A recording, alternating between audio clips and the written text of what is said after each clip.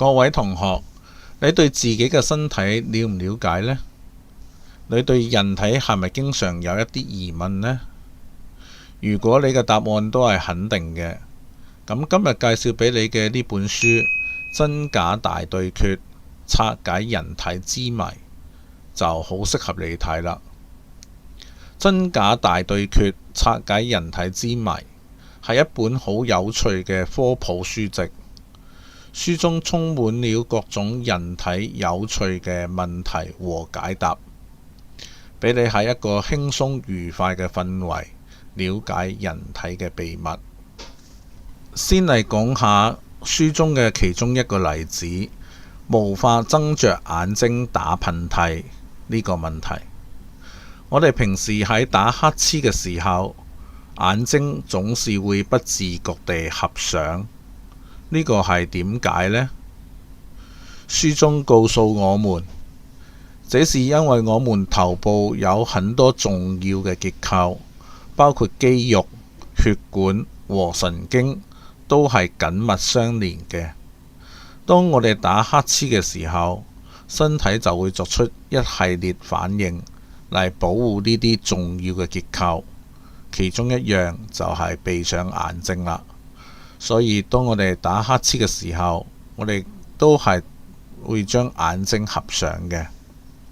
仲有，聰明嘅人腦袋係咪比較大啲嘅呢？呢個問題可能有同學會誤以為係頭大，其實呢度指嘅腦袋係我哋嘅大腦，而大腦係負責我哋嘅思考同埋記憶。咁腦袋大嘅人係咪真係聰明啲呢？呢本書就同我哋講，並唔係一定嘅。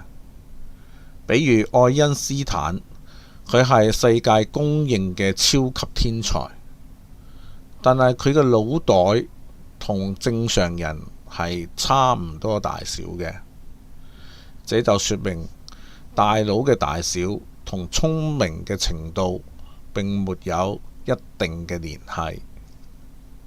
各位同學，類似以上嘅有趣謎題，書上面仲有好多。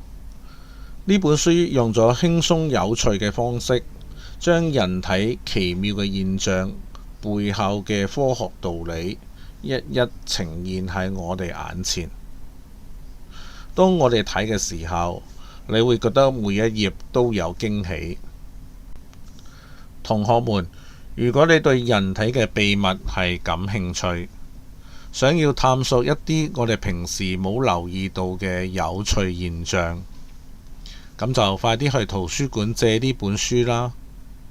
喺呢本書入邊，你會發現人體就好似一個充滿神秘色彩嘅小宇宙，每一個小秘密都等待你去發現。